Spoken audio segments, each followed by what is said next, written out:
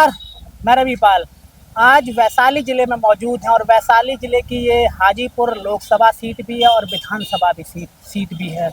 मैं इसलिए यहाँ पर आया हूँ क्योंकि आप चारों तरफ देखिएगा कि अगर हम किसी टाउन में जाते हैं तो टाउन में अक्सर बीजेपी जीतती है। तो हम यहाँ पर इसलिए आए हैं क्योंकि कि मैं समझ सकूँ कि क्या यहाँ पर बीजेपी फिर से जीतेगी या फिर हो सकता है कि कुछ परिवर्तन हो। दूसरा कारण ये भी है कि हाल ही में सर्वे हुआ, यहाँ पर बीजेपी ने अपना आंतरिक सर्वे कराया, उसमें उनको दिख रहा था कि वो यहाँ से बिहार से हार रहे हैं।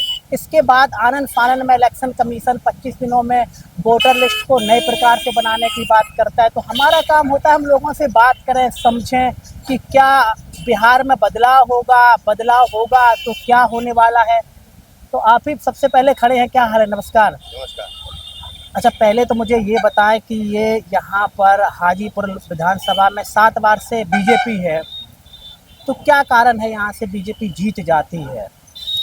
ऊपर आप हाजीपुर की जब बात करेंगे तो हाजीपुर में जो नित्यानंद राय थे, इससे पहले वो विधायक रहे हैं 4-5 टर्म, और एक प्रोस्पेक्ट मानिए कि बीजेपी को एक खुला पिच मिला है जिसमें कोई विरोधी नाम का जो चीज़ होता है, जैसे बॉलर और बैट्समैन होते हैं, उसी तरह बीजेपी और आरजेडी का जो यहाँ पर सीधी लड़ाई होती है, उसमें आरजेडी कोई ऐसा कैंडिडेट नहीं दे पाया आज तक जो सीधी टक्कर दे सके। और नित्यानंद राय का ऐसा प्रभाव है यहाँ हाजीपुर विधानसभा क्षेत्र में कि उनके द्वारा किए गए कामों को जनता सिर आंखों चढ़ा के बताती है, और वो जाते हैं तो ये बोलते हैं कि आप अवधेश जी को वोट नहीं दे रहे हैं, नित्यानंद राय को वोट दे रहे हैं। और दूसरी बात है कि आरजेडी का जो कैंडिडेट है वो ऐसा कैंडिडेट है जो पैसे पर टिकट लेके आते हैं और उनको ज़मीनी स्तर की कोई जानकारी नहीं।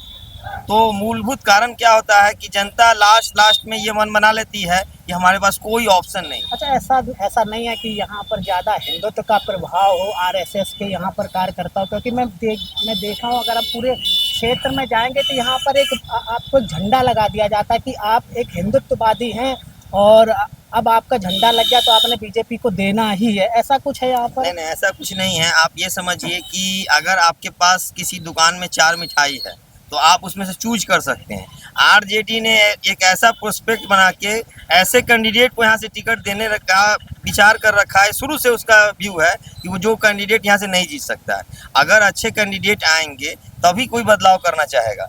अगर वो चाहेगा कि कैंडिडेट ऐसा हो जिससे हमारी मुलाकात 5 साल हो ही नहीं, तो हम नहीं चाहेंगे कि वैसे कैंडिडेट को फिर से लाए। अच्छा, अभी 2 सवाल हैं छोटे-छोटे। पहला सवाल ये है कि अभी वोटर लिस्ट को नए प्रकार से बदला जा रहा है और वो भी 25 दिनों में। तो इसको आप किस प्रकार से देखते हैं कि क्या ये सही है या फिर आपको लगता है कि ज़्यादा यहाँ पर मुस्लिम लोग हैं? क्योंकि अक्सर कहा जाता है कि यहाँ पर रोहिंग्या मुसलमान या बांग्लादेशी मुसलमान आ गए हैं बिहार में। तो इस पे आप लोगों की क्या सोच है?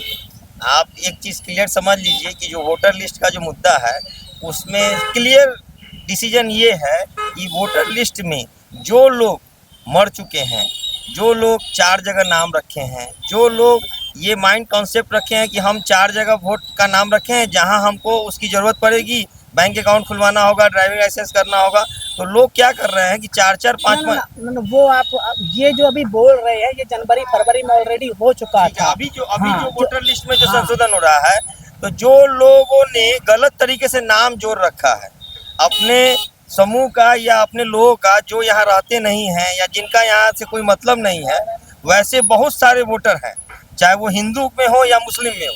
ज़्यादातर आपको मुस्लिम में मिलेंगे इसलिए कि उनका जो रिलेशनशिप होता है वो हर जगह जाके वो नाम। अच्छा, मेरा लास्ट सवाल आपसे, आप राहुल गांधी को किस प्रकार का, क्योंकि आप एक हिंदुत्ववादी हैं, तो मैं आपके मुँह से जानना चाहता हूँ, समझना चाहता हूँ, क्योंकि मैं पूरे बिहार में घूमता रहता हूँ। अभी मैं कटिहार, बांका और ये पूर्णिया वगैरह, अब मैं इस क्षेत्र में इसलिए आया हूँ क्योंकि ये हिंदुत्ववादी क्षेत्र और गढ़ माना जाता है बीजेपी का। जैसे हम मनेर विधानसभा में चले जाएँ, वहाँ आरजेडी जीतती है, वहाँ कोई जीतता ही नहीं है, तो इसलिए हाजीपुर में आए हैं। तो आप किस प्रकार से राहुल गांधी को, एक हिंदुत्ववादी लोग से मैं पूछ रहा हूँ, राहुल गांधी को किस प्रकार का नेता समझते हैं आप? राहुल गांधी के बारे में हमारा या हिंदुस्तान के लोगों का कॉन्सेप्ट एकदम क्लियर है कि उनको विदेश शिफ्ट हो जाना चाहिए। इसलिए शिफ्ट हो जाना चाहिए कि राहुल गांधी जो है वो इंडिया के कॉन्सेप्ट को नहीं समझ पा रहे हैं, और दूसरा क्या है ना कि उनकी सोच जो है पूरी विदेश नीति पर आधारित है। वो विदेशों में कैसे बच्चे जन्म लेते हैं, कैसे पलते हैं, अच्छा, ये कहाँ पे पढ़ा आपने, ये मुझे भी बता दीजिए। ये बता रहे हैं। हाँ।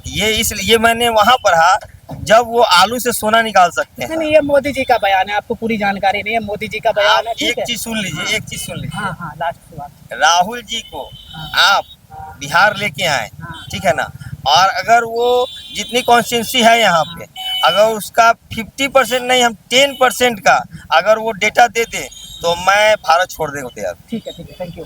हम दोस्तों, हमारा काम कैसे, जब हम लोगों से बात करते तो बहुत सारे लोग मिलेंगे मुझे, इसमें बहुत बड़े हिंदुत्ववादी भी मिलते, लेकिन हमारा काम है उनसे सुनना। क्या हाल है, नमस्कार, कैसे है? अच्छा, आपका वोट बन गया है? हाँ, 2 साल पहले बना है। और अभी आपको पता है कि वोटर लिस्ट नए प्रकार से बनवाई जा रही है, तो इसमें आपने अप्लाई किया कि अप्लाई नहीं? कर दिए हैं, अप्लाई किए हैं। अच्छा, अभी आप जिस प्रकार से ये बता रहे थे भाई साहब, आपको भी लगता है कि जो नरेंद्र मोदी हैं और जो हाजीपुर की विधानसभा है, यहाँ से 7 बार बीजेपी जीत चुकी है, क्या लगता है, क्या कारण है इसका? नरेंद्र मोदी का हम सब पूरा भक्त हैं, बहुत काम किए मोदी जी। आयुष्मान कार्ड से इलाज करवा रहे हैं। मोदी जी घर घर अनाज दे रहे हैं, इंडिया में नाम है उसको अनाज दे रहे हैं। 1100 वृद्धा पेंशन बिहार सरकार मिलकर करवा दिए। अभी की ना, वो अभी की है, पहले तो 400 रुपया थी, अभी की है। वो हाँ किए, बुढ़ाए उनको बिहार में थोड़ा गरीब है, 1100 कर दें। अच्छा, आप क्या सोच करके वोट देने जाएंगे?